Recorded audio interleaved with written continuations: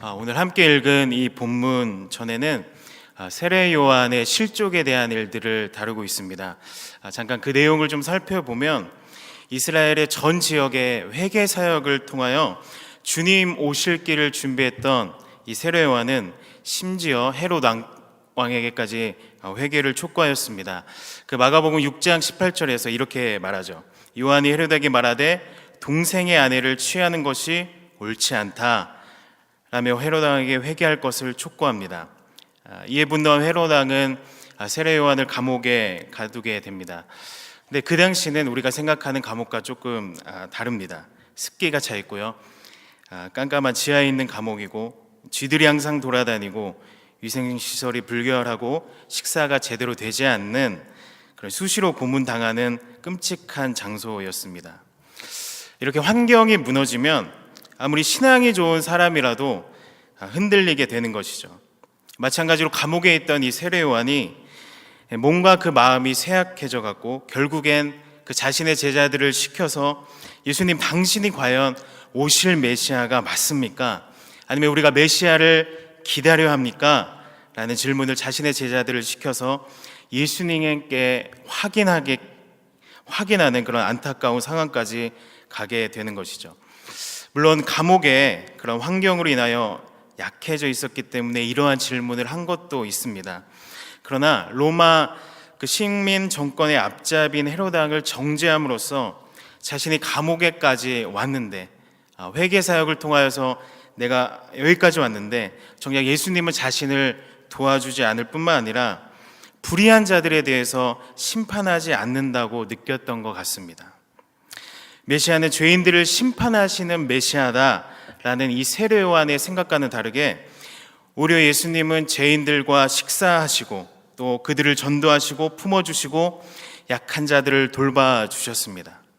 결국 죄인들을 심판하시는 그 메시아가 아니라 은혜와 사랑을 베풀고 있는 그 예수님, 세례 요한은 이런 모습의 예수님을 점점 의심하게 되었고 제자들을 시켜 예수님이 진짜 메시아인지에 대해서 확인하는 상황까지 오게 된 것입니다. 세례 요한은 영적으로 위기 상황에 처해 있게 된 것이죠.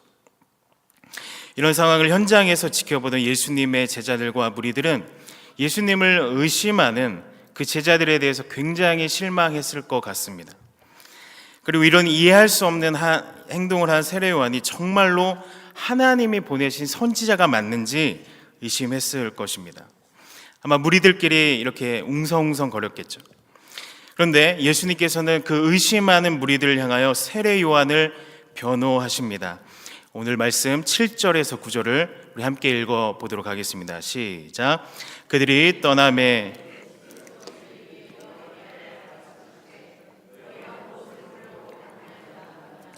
바람에 흔들리는 갈대냐? 그러면 너희가 무엇을 보려고 나갔더냐?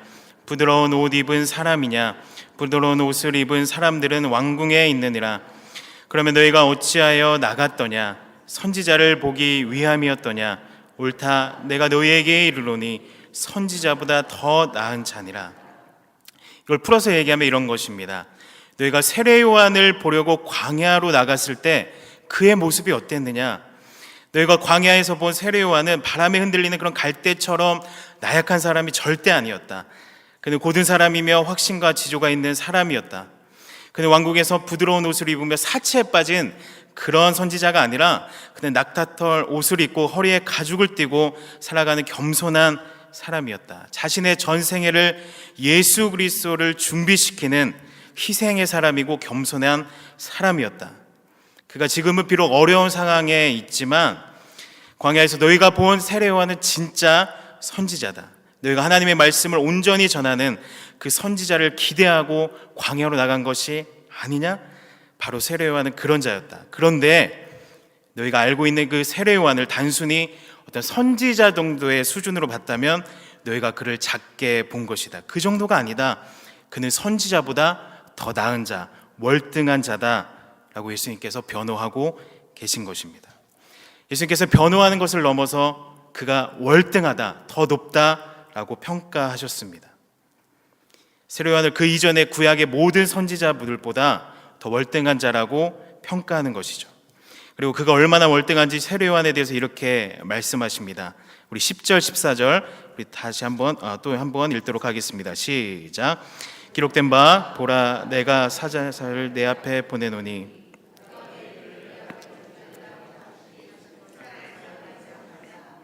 만일 너희가 즐겨 받을진대 오리라 한 엘리야가 곧 이 사람이라. 말라기 이후 이 400년간 하나님의 말씀이 침묵하고 하나님의 사람도 나오지 않았던 그 암흑기 같은 이스라엘 그 땅에 다시 하나님의 말씀을 전하며 메시아 오실 길을 준비했던 사자, 그 역할을 감당했던 이 월등한 자가 바로 세례 요한, 선지자 세례 요한인 것입니다. 예수님은 그 현장에 있던 무리들을 향해서 세례 요한이 자신의 길을 준비하는 아주 중요한 역할임을 힘주어서 강조하셨습니다. 그런데 이 세례 요한을 향한 예수님의 평가는 더 높아지게 됩니다. 우리 11절에서 세례 요한을 이렇게 평가하십니다. 우리 11절 다 함께 읽겠습니다. 시작. 내가 진실로 너희에게 말하노니 여자가 낳은 자 중에 세례 요한보다 큰 이가 일어남이 없도다. 그러나 천국에서는 극히 작은 자라도 그보다 크니라. 여자가 낳은 자 중에, 사람 중에 세례 요한보다 큰 사람이 없다. 여기서 여자가 낳은 자 중에는 구약 이전의 모든 사람들을 의미하는 것입니다.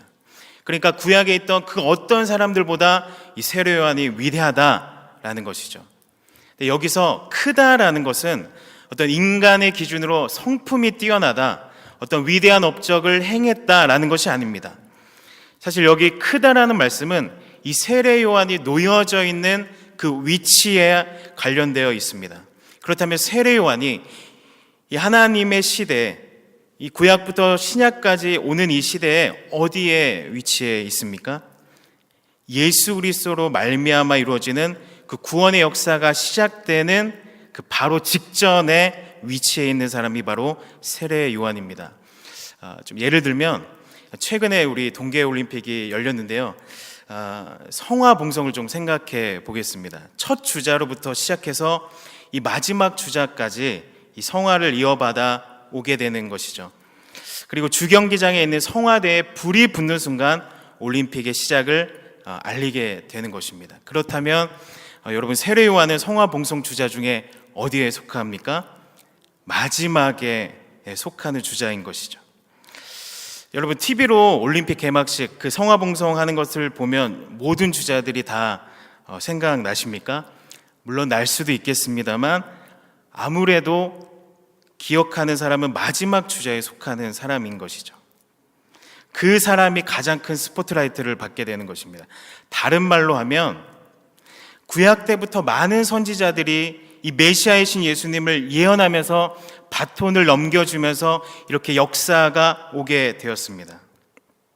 그리고 그 마지막 주자가 세례 요한인 것이죠. 이 마지막 주자가 성화대에 불을 붙임으로 올림픽의 시작을 알리는 것처럼 이 하나님의 나라, 새로운 시대가 도래했음을 알려주는 그 역할을 감당했던 사람이 바로 세례 요한인 것입니다. 이 위치로 인해서 이 세례 요한은 가장 높은 평가를 받게 되는 것입니다. 구약의 선지자들은 단순히 예수님을 예언했을 뿐입니다. 예수님은 이러할 것이다. 예수님의 실체는 정확히 모르겠지만 이러할 것이고 이러할 것이다. 그러나 세례 요한은 예수님을 보았고요, 예수님께 세례도 주었습니다. 보라, 세상 죄를 지고 온 하나님의 어린 양이로다. 정확하게 예수님이 메시아임을 증명해낸 그 위치에 있는 사람이 바로 선지자 중에 선지자, 여자가 낳은 자 중에 가장 큰 자, 바로 세례 요한. 이 세례 요한이 높은 평가를 받게 되는 것입니다. 그런데 놀랍게도 한 발 더 나아가 이 위대한 선지자 세례 요한보다 더 큰 자들이 있다고 예수님께서 말씀하십니다. 우리 다시 한번 11절을 함께 읽어보도록 하겠습니다. 시작.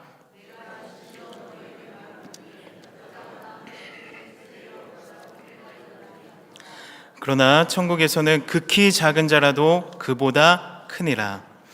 더 큰 부류의 사람들이 있는데 바로 천국에서는, 천국에 있는 자들은 극히 작은 자라도 세례 요한보다 크다라고 말씀합니다. 그렇다면 여기 말하는 천국, 이 천국에 있는 자들은 무엇일까요? 이 천국은 무엇이며 천국에 있는 자들은 어떤 사람입니까? 우리가 그 근거를 누가복음 17장 20절에서 21절 그 말씀에서 찾을 수 있습니다. 우리 함께 세 번역으로 함께 읽도록 하겠습니다. 시작. 바리새파 사람들이 하나님의 나라가 언제 오느냐고 물으니 예수께서 그들에게 대답을 하셨다. 하나님의 나라는 눈으로 볼 수 있는 모습으로 오지 않는다. 또 보아라 여기에 있다 또는 저기에 있다 하고 말할 수도 없다. 보아라 하나님의 나라는 너희 가운데 있다. 이 말씀을 이해하기 위해서는 그 당시에 있던 토론 문화를 좀 이해할 필요가 있습니다. 이 유대인의 토론 문화는 이 강론하는 사람이 그 무리들의 중심에 서고 이 참여자들이 강론한 사람의 그 원형 비슷하게 이렇게 둥그렇게 모입니다. 이 번역마다 다르긴 하지만 하나님의 나라가 너희 안에 있다 할 때 우리는 이 말씀을 가지고 예수님이 우리 마음 가운데 계시구나 라고 생각할 수 있습니다. 맞습니다. 그런데 이 본문 안에서는 어몽이라는 영어 단어를 사용합니다. 어떤 무리들 가운데에 그 가운데 있는 그 사람, 그러니까 예수님께서는 하나님의 나라가 너희 가운데 있다 하실 때 그것은 토론을 하고 있는 그 모임의 중심인 바로 내가 천국이다, 내가 하나님의 나라이다. 즉 하나님의 나라는 지금 너희들 가운데 있는 이 토론 회장 가운데 있는 바로 내가 바로 하나님의 나라 천국이다 라고 이렇게 말씀하신 것입니다. 그러니까 천국은 곧 예수님을 뜻하는 것입니다. 그래서 우리는 마태복음 11장 11절을 이렇게 읽을 수 있습니다. 그렇기 때문에 내가 진실로 너희에게 말하노니 여자가 낳은 자 중에 세례요한보다 큰 이가 일어남이 없도다. 그러나 예수님을 소유한 자는, 구속의 시대에 살고 있는 자는 극히 작은 자라도 세례요한보다 크니라. 예수님을 소유한 자는 세례요한보다 큰 것입니다. 앞서 언급했듯이 이 구약 시대에 있었던 선지자들은 오실 예수님에 대해서 예언하기만 했습니다. 예수님의 오심에 대해서, 죽으심에 대해서 예언만 했지 그 실체는 보지 못했어요. 근데 구약에 있는 선지자들은 예수님의 희미한 그런 모습만 전달했을 뿐입니다. 그런데 예수님은 직접 예수님을 보았고 예수님께 세례를 줌으로써 하나님의 나라가 오도록 돕는 역할을 했습니다. 그는 구약의 마지막에 위치한 사람으로서 구약의 그 어떤 선지자보다 예수님을 명확하게 증명해내는 사역을 했던 것입니다. 그러나 세례 요한은 예수님의 죽으심과 부활을 체험하지 못하고 경험하지 못하고 죽은 것이죠. 그런데 이 세례 요한 이후에 있는 사람들, 예수님의 구속사역에 위치한 자들, 즉 예수님을 소유한 저와 여러분은 예수님의 죽으심과 부활하심을 체험한 자들입니다. 더 나아가 성령의 인치심을 받은 자들이죠. 사랑하는 여러분, 우리가 구약에 있는 그런 위대한 선지자들보다 더 낫다고 평가되는 이유가 무엇입니까? 우리가 모세처럼 홍해를 갈랐습니까? 아니면 엘리야처럼 제단에 불을 내리는 엄청난 기적을 일으켰나요? 아니면 어떤 우리가 위대한 그런 성품들을 가지고 있습니까? 아니요, 저희는 그런 존재들이 아닙니다. 그런 면에서는 우리가 구약에 있는 모든 사람들보다 나은 점들이 없습니다. 우리는 부족한 자들이에요. 그런데 우리는 구약의 선지자들이 체험하지 못했던, 그때 사람들이 체험하지 못했던 예수님의 그 십자가와 부활을 체험한 자들입니다. 그들이 입으로 예언하기만 했던 예수님을 이제는 우리는 실제적으로 체험하고 있다는 것에서 엄청난 차이가 나는 것이죠.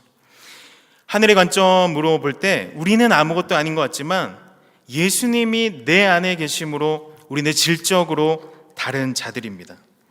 그래서 우리는 위대한 자들인 것이죠. 사랑하는 여러분, 내가 위대해서가 아니라, 내가 무엇을 해서가 아니라 오늘 이제 가장 위대하신 그 왕이신 예수님을 내가 소유하고 있기에 우리는 위대한 자들입니다. 그분이 내 안에 계시기에, 그가 나와 동행하시기에 구약의 어떤 선지자들보다, 세례 요한보다 더 위대할 수 있는 것입니다.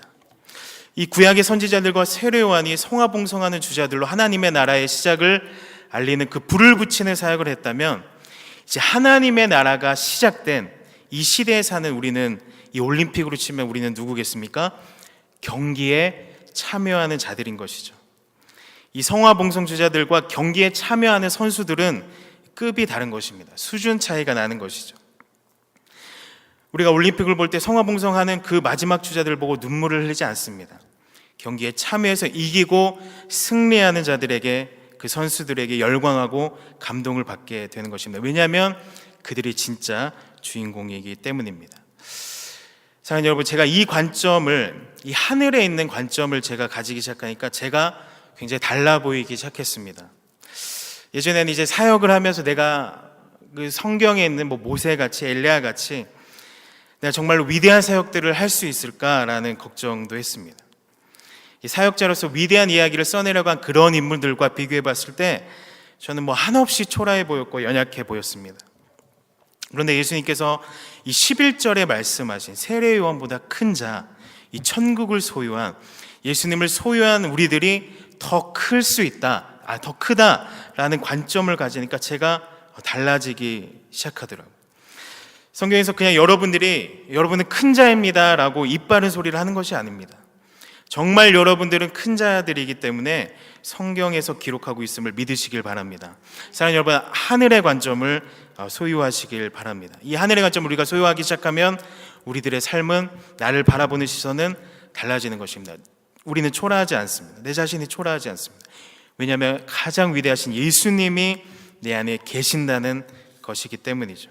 우리는 예수 안에서 위대한 존재들입니다. 그래서 골로새서 2장 1절에서 2절은 이렇게 말씀합니다. 이는 그들로 마음에 위안을 받고 사랑 안에서 연합하여 확실한 이의 모든 풍성함과 하나님의 비밀인 그리스도를 깨닫게 하려 함이니 그 안에는 지혜와 지식의 모든 보화가 감추어져 있느니라. 사랑하는 여러분, 우리는 하나님의 비밀을, 그 예수님을 체험하고 깨달은 자들이에요.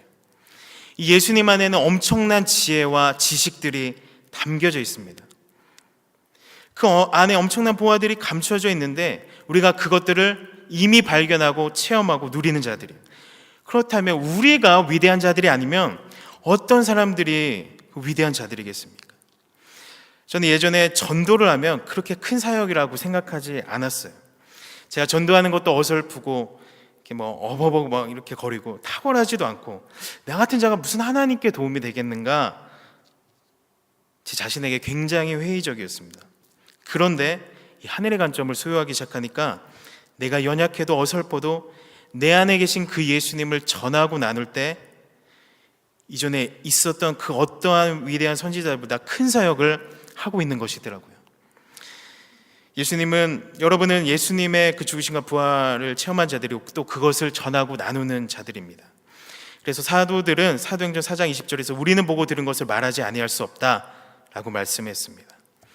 사도들이 날마다 예수님을 전했을 때 이 하늘에서는 큰 축제가 열렸을 것 같습니다. 또한 누가복음 15장 7절에서 내가 너희에게 이르노니 이와 같이 죄인 한 사람이 회개하면 하늘에서는 회개할 것 없는 의인 99으로 말미암아 기뻐하는 것보다 더하리라. 이 말씀이 그냥 있는 말씀이 아니더라고요. 정말 하늘에서는 그 예수님을 나누고 그 예수님을 받아들일 때 이것은 굉장한 사건인 것입니다. 하늘에서는 엄청난 사건인 것입니다. 왜냐하면 예수님을 소유하기 때문이죠. 단 한 명의 죄인이라도 회개하고 예수님을 믿을 때 하늘에서 기뻐한다는 것이 절대 거짓이 아님을 믿게 되었습니다. 정말 하늘에서는 기쁜 축제가 열리게 되는 것이죠. 히브리서 12장 1절에서 기록된 것처럼 수많은 구름대와 같은 천국에 있는 증인들이 우리를 지켜보면서 응원하고 있습니다. 그리고 아마도 구약에 있었던 수많은 자들, 또한 선지자들, 사역자들은 우리를 보면서 부러워할 것 같습니다. 와, 저들은 이 땅에서 우리가 경험하지 못했던 예수님을 저렇게 경험하고 있구나. 우리가 희미하게 전달했던 그 예수님에 대해서 저들은 체험을 하고 정확하게 전달을 하는구나. 정말 부럽다. 이렇게 이야기할 것 같습니다. 사랑하는 여러분, 저와 여러분은 가장 위대하신 예수님을 이미 누렸고 그렇게 누리고 있는 시대에 살고 있음에 감사드리길 예수님의 이름으로 축복합니다. 또한 그 예수님을, 그 위대하신 예수님을 전할 수 있음에 감사드리길 축복합니다. 왜냐하면 우리는 구약에 있던 위대한 선지자들보다 사실 더 위대한 사역들을 하고 있는 것이기 때문입니다. 우리 모두가 주님 오실 때까지 우리가 위대한 자들이며 예수 안에서 위대한 자들이며 위대한 사역을 감당해 나갈 수 있는 그런 위대한 자들이 될 수 있길 우리 예수님의 이름으로 축복합니다.